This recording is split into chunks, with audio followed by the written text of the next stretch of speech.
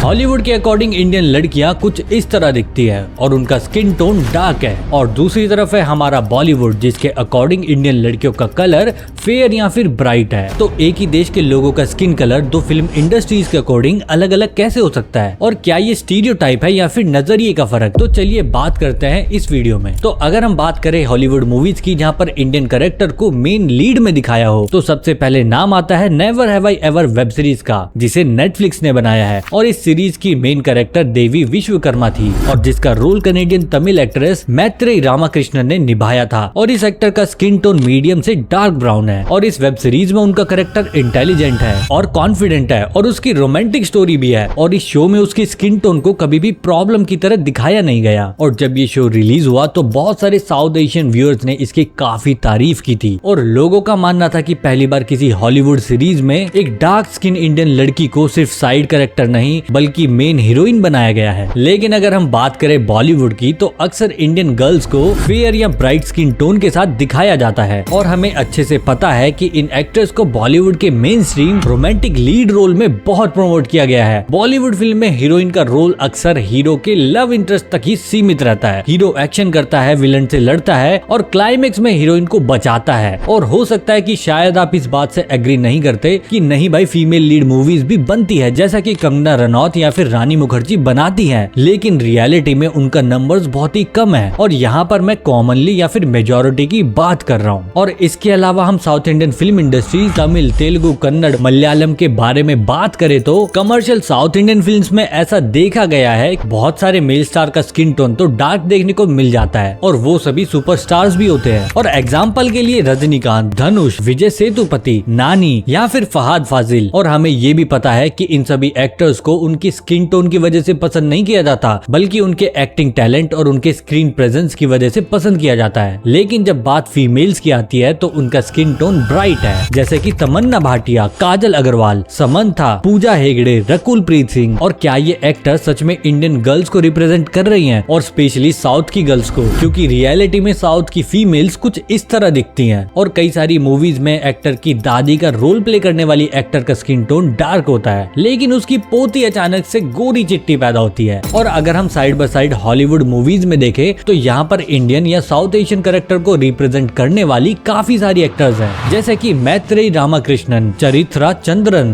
जेरल्डीन विश्वनाथन, सुप्रिया गणेश, शिमोन अश्लय, परमिंदर नागरा। और अगर हम साइड बाय साइड इन दोनों को कंपेयर करें तो आप खुद बता सकते हो कि कौन ज्यादा इंडियन लगता है बाय स्किन टोन और अपीयरेंस से। लेकिन हम कम्प्लीटली ऐसा नहीं कह सकते कि आज की इंडस्ट्री में ऐसा होता है, और इसके लिए हम पुष्पा मूवी का एग्जाम्पल ले सकते हैं। और इस फिल्म में रश्मिका मंदाना का कैरेक्टर एक ग्लैमरस अर्बन हीरोइन की तरह नहीं दिखाया गया। मेकर्स ने उसे रूरल विलेज गर्ल के रूप में प्रेजेंट किया है, जहाँ पर उनका स्टाइलिंग, मेकअप, ओवरऑल उनके लुक को ज्यादा नेचुरल और ग्राउंडेड रखा गया है ताकि उनका कैरेक्टर ज्यादा रियल लग सके। लेकिन जब ये सेम हीरोइन बॉलीवुड मूवीज में जाती है तो उसका स्किन टोन अचानक से चेंज हो जाता है। और इसके लिए हम एग्जाम्पल ले सकते हैं एनिमल मूवी का। और इस मूवी में इनका कैरेक्टर पढ़ी लिखी लड़की और अर्बन बैकग्राउंड से था और इसी वजह से उनका स्किन टोन अपने आप ब्राइट हो गया। और बॉलीवुड में तो ग्लैमरस रोल के लिए एक्ट्रेस को फेयर और पॉलिश करके दिखाया जाता है, जबकि रियलिटी में रश्मिका मंदाना का स्किन टोन इतना ब्राइट है ही नहीं। उनको स्क्रीन अपीयरेंस के लिए इतना makeup, lighting, camera, colour grading ये सब किया गया है। और इसके अलावा भी हम एग्जांपल ले सकते हैं 1993 की बाजीगर मूवी का, जब बॉलीवुड मूवीज में डिजिटल कलर ग्रेडिंग आज जितनी एडवांस नहीं थी। और सिर्फ इसी वजह से बाजीगर मूवी में काजोल एक्ट्रेस की अपीयरेंस काफी नेचुरल और रियल लगती है और उनका स्किन टोन भी वही लगता है जो एक्चुअल में उनका था। लेकिन अगर आप 2015 की दिलवाले मूवी से कंपेयर करोगे तो आपको लगेगा जैसे इनका कंप्लीट स्किन टोन अब बदल चुका है और स्क्रीन पर उनका कॉम्प्लेक्शन काफी अलग लगता है और अब वो अचानक से गोरी हो चुकी है। और आज के टाइम पे इन बॉलीवुड एक्ट्रेसेस ने इन ब्यूटी स्टैंडर्ड्स को इतना नैरो बना दिया है कि बहुत सी इंडियन गर्ल्स को लगने लगा कि सुंदर दिखने के लिए फेयर स्किन ही जरूरी है। और इस इंडस्ट्री का फेयर स्किन से ऑब्सेशन मूवीज तक लिमिटेड नहीं है, बल्कि ये लोग फेयरनेस प्रमोट करने के लिए स्किन लाइटनिंग प्रोडक्ट्स के एडवर्टाइजमेंट भी करते हैं। और कई बड़े बड़े बॉलीवुड स्टार्स और एक्ट्रेसेस फेयरनेस क्रीम कैंपेन का हिस्सा भी रहे हैं और इन एड्स का कॉमन मैसेज मोस्टली सेम ही रहता है, जैसे कि कोई लड़की अपनी डार्क स्किन की वजह से कॉन्फिडेंस लूज कर रही है और उसे जॉब भी नहीं मिल रही और काफी लड़के भी उसे नोटिस नहीं कर रहे और फिर ये क्रीम लगाने के बाद उसकी स्किन फेयर हो जाती है और फाइनली क्रीम लगाने से उसकी उनकी जिंदगी अचानक से बेटर हो जाती है। और इन एक्ट्रेसेस ने हमारी सोसाइटी के अंदर एक ऐसा ब्यूटी स्टैंडर्ड सेट किया है जहाँ पे डार्क स्किन गर्ल को लगने लगा कि उन्हें एक्सेप्ट होने के लिए अपना कॉम्प्लेक्शन बदलना चाहिए। और एक बार तो प्रियंका चोपड़ा ने ये खुद एडमिट किया था कि उन्होंने अपनी करियर की शुरुआती दौर में फेयरनेस क्रीम की एडवर्टाइजमेंट की थी, लेकिन उन्हें बाद में जाके ये एहसास हुआ कि ये हार्मफुल मैसेज प्रमोट कर रहा है। और उन्होंने इंटरव्यू में ये खुद कहा था कि उस टाइम पर कलरिज्म इतना कॉमन था कि उन्हें इसमें कुछ गलत नजर ही नहीं आया। और हिस्टोरिकली देखा जाए तो इंडियन फेयरनेस क्रीम एड्स दुनिया के सबसे बड़े मार्केट में से एक है। और फेयरनेस प्रोडक्ट का मार्केट कई डेकेड्स तक इतना बड़ा था कि फेयर एंड हैंड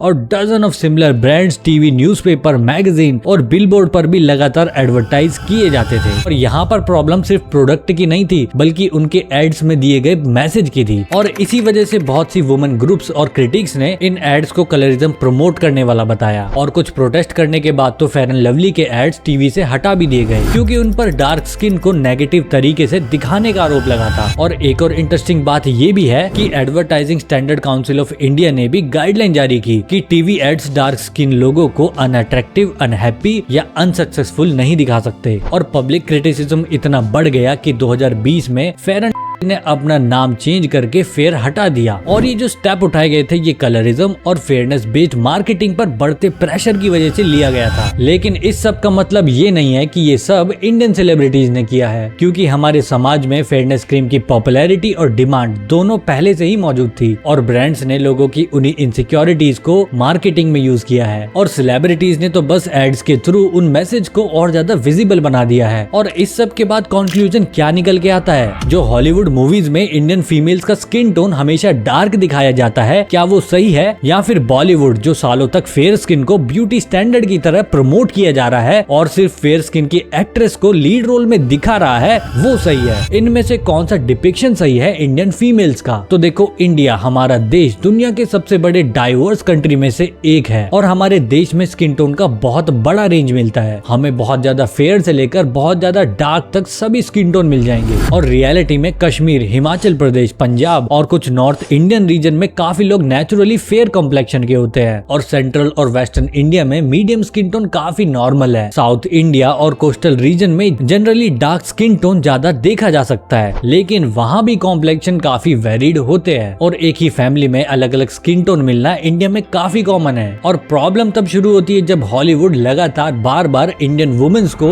एक ही तरह से दिखाने लगता है, वो भी सिर्फ डार्क कॉम्प्लेक्शन के साथ। और जब पूरी दुनिया भर की ऑडियंस बार बार मूवीज में या फिर टीवी शोज में सिर्फ dark skin Indian females characters देखते हैं कि इंडियन वुमेन जनरली इसी तरह दिखती है, जबकि रियलिटी में इंडिया बहुत ही डाइवर्स है। यहाँ पर फेयर, व्हाइटिश, मीडियम और डार्क कॉम्प्लेक्शन सब मिलते हैं। और जब मीडिया एक ही इमेज को बार बार रिपीट पे दिखाए तो वो पूरी रियलिटी को रिप्रेजेंट नहीं करता। और ये बिल्कुल वैसा ही है जैसे बॉलीवुड हर इंडियन गर्ल को फेयर स्किन के साथ दिखाता है, और तब भी प्रॉब्लम होगी क्योंकि वो डाइवर्सिटी को नहीं दिखा रहे। और जब हॉलीवुड मूवीज में किसी डार्क स्किन इंडियन वुमन को दिखाया जाता है तो लोग कहते हैं कि भाई ये बिल्कुल रियलिस्टिक है। लेकिन 20 में से 18 बार हॉलीवुड जब बार बार एक ही इमेज को दिखा रहा है तो ये कोई रियलिस्टिक नहीं बल्कि स्टीरियोटाइप है। ये बस एक पिक्चर है जो उनके दिमाग में छपी हुई है और उसी को ये पूरी दुनिया को दिखा रहे हैं। लेकिन इसके कुछ पॉजिटिव एस्पेक्ट्स भी हैं। देखो, सालों तक दुनिया भर की फिल्म इंडस्ट्रीज इंक्लूडिंग बॉलीवुड और हॉलीवुड फेयर स्किन को ब्यूटी का आइडल स्टैंडर्ड मान रही थी और फेयर एक्ट्रेस को ही ज्यादा ग्लैमरस, रोमांटिक और लीड रोल मिल रहे थे, जबकि डार्क स्किन वुमन को साइड कैरेक्टर बनाया जाता था। और इसी वजह से डार्क कॉम्प्लेक्शन वाली बहुत सारी लड़कियां मीडिया में खुद को रिप्रेजेंट होता हुआ नहीं देख पाती थी। और रिसेंट ईयर्स में हॉलीवुड ने